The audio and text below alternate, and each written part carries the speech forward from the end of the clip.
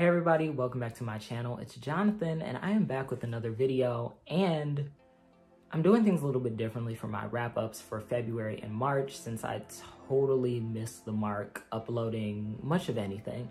How I'm going to do this is I'm going to upload multiple videos and I'm breaking apart my wrap-up into genres based on what I read. This is going to be a video for the nonfiction reads that I had during the months of February and March 2021. So if you're interested in seeing the nonfiction that I read over the past couple of months, keep on watching and let's get right into this.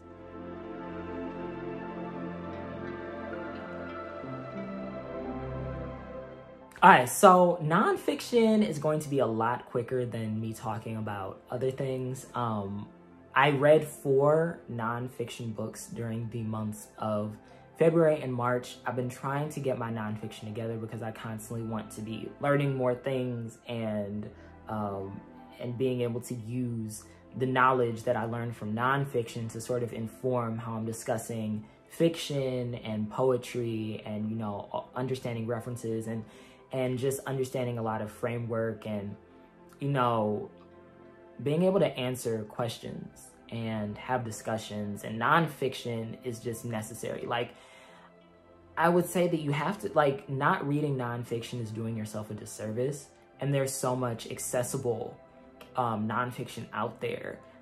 When people think about nonfiction, they often are thinking about books that are like 500, 600 pages, super dense text, super academic language, and a lot of writers that are writing in very accessible ways. So I hope that checking out these videos, maybe you can find something that you're interested in checking out to learn some more. Okay, so if you saw my nonfiction November video from way back, you know that I had started reading Salvation by Bell Hooks a little while back after I read All About Love by Bell Hooks. And Salvation was a little bit different because it focused on Black people and love. And one of the main issues, if I can say an issue that I had with All About Love, was the way that though it offered amazing advice and sort of these things to work on personally, dealing with love and relationships, is it kind of like discounted race, class, gender, and sexuality, and sort of the intersection of all of those different things within people's lives. It was very heteronormative. It's a lot more simple to talk about love when you're not thinking about all of the struggles and different things that the Black community specifically face. Salvation was written in 2001 as a follow-up to All About Love. There's also a book that comes after it, which is called Communion, which is Black Women and Love, or it's just Women and Love. I'm not 100% sure. But Salvation specifically focuses on Black life. Bell Hooks definitely tackles, you know, the lasting effects of chattel slavery, Jim Crow, and mass incarceration in sort of these conversations surrounding Black people and love and building a loving community. One of my favorite things that I find in Bell Hooks' work is her in-text citations. And the quotes that she inserts from all of these different Black writers. So she pulls from the words of Martin Luther King Jr., Tony K. Bambara, James Baldwin, S.X. Hemphill, Audre Lorde, and really integrates their thoughts and history into discussing the relationships between Black people and love. And so she really asks this question of what is harming us and where do we go from here? So she tackles like the media representation of Black love, the demonization of single mothers. She talks about homophobia in the Black community, which was a great chapter. Shame, self-love, motherhood, Black masculinity. And so you really begin to see how what she calls the white supremacist capitalist patriarchy is truly harming all of us. And so she really talks about learning to establish this love ethic, continues to talk about this love ethic that we need to establish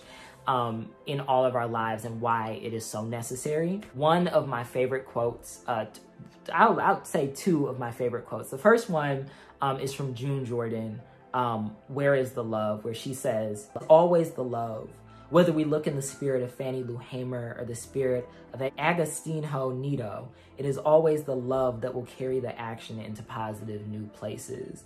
And then towards the beginning, she says, love remains for Black people a crucial path to healing. It is not too late for Black people to return to love, to ask again the metaphysical questions commonly raised by Black artists and thinkers during the heyday of freedom struggles, questions about the relationships between dehumanization and our capacity to love, questions about internalized racism and self-hatred. And so this book really, you know, it kind of takes things apart and gives you so much to think about. And it really has been something that I've been reflecting on, like, ever since I closed this book, as I'm continuing to reflect on All About Love. And All About Love is a book that I've sent to my friends. I've recommended it to everybody that I know. And so I think Salvation is a great follow-up to just read and continue to learn from. After I read Salvation, in terms of nonfiction, I knew it was time to pick up Are Prisons Obsolete by Angela Davis. This is the perfect introduction for those that are looking to understand the idea of prison abolition and understanding calls to abolish prisons. Because, you know, whenever you hear that, a lot of people, I don't know, they hear it and they completely shut off. And they're like, oh, that sounds completely crazy. That's something that isn't realistic.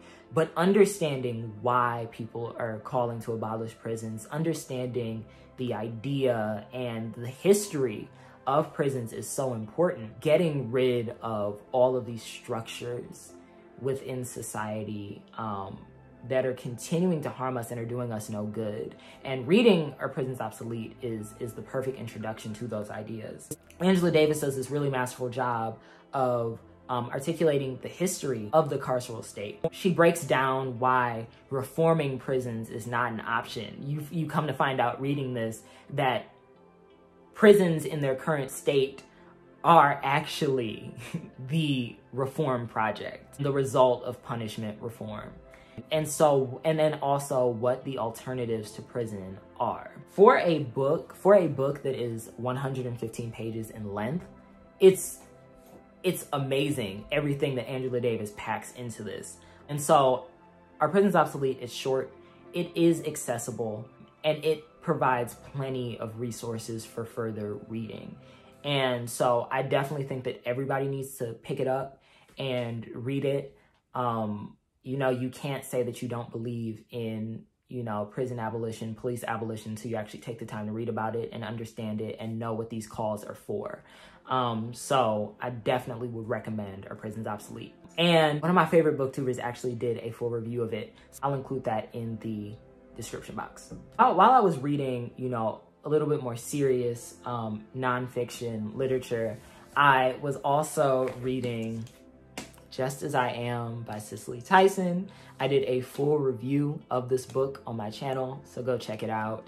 And then my last nonfiction read for the months of February and March was Race Matters by Cornel West. I was actually a part of this panel for a summit, and at the summit, Cornel West was the keynote speaker, and it was all just kind of like the universe lining things up, because I had started reading Race Matters before I even was thinking about the fact that he was the keynote speaker. And so it was awesome hearing him talk, you know, even though it was virtual, it was over Zoom, but it was just awesome seeing him talk. And I have watched so many Cornel West interviews, and, you know, just some of his key phrases and some of the things that he says. I'm always referencing John Coltrane, and, you know, you kind of just are sitting there waiting for him to reference John Coltrane whenever he talks. And he does, you know, he does it in the book. And so I read the 25th anniversary edition of Race Matters, and Cornel West did a new introduction. But this is actually my first time reading Cornel West's writing. And I will definitely be diving into more of the things that he has read.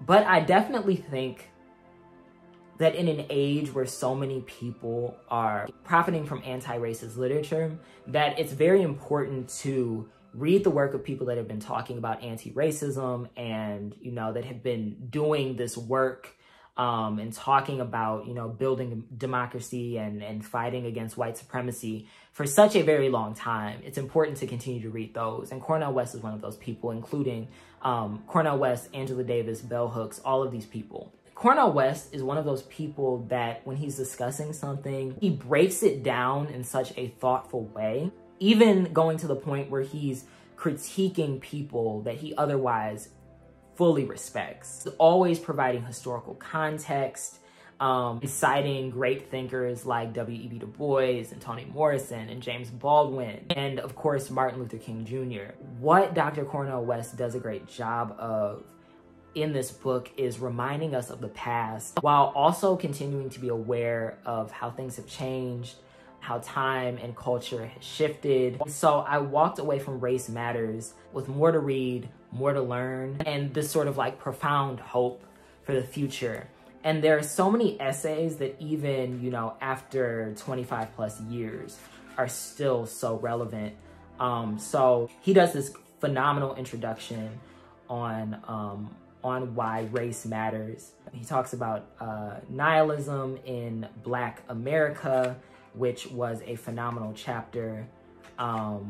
He talks about the pitfalls of racial reasoning. So like he discusses like this idea of like race loyalty and discusses Clarence Thomas and uses him as an example of like why you can't automatically be loyal or, you know, support people just based off of this like racial reasoning, because you have people like Clarence Thomas that are fully invested in white supremacy. The crisis of Black leadership, he talks about, you know, finding Black leaders, what it means to be a Black leader. Demystifying the new Black conservatism was a great chapter. He talks about affirmative action and moving beyond affirmative action. He gives this really thoughtful chapter on Black-Jewish relations, which really gave me a lot of insight, because when it comes to Black anti-Semites, that's something that, you know, I've always been aware of, you know, just reading about Black history and a lot of people's views and like a lot of the tension between like the Black and Jewish community. But he gives a very thoughtful, deep dive critique of Black anti-Semitism and Black and Jewish relations, which was fantastic. And then Black sexuality, the taboo subject, was a great chapter. And then the last chapter is on Malcolm X and Black rage.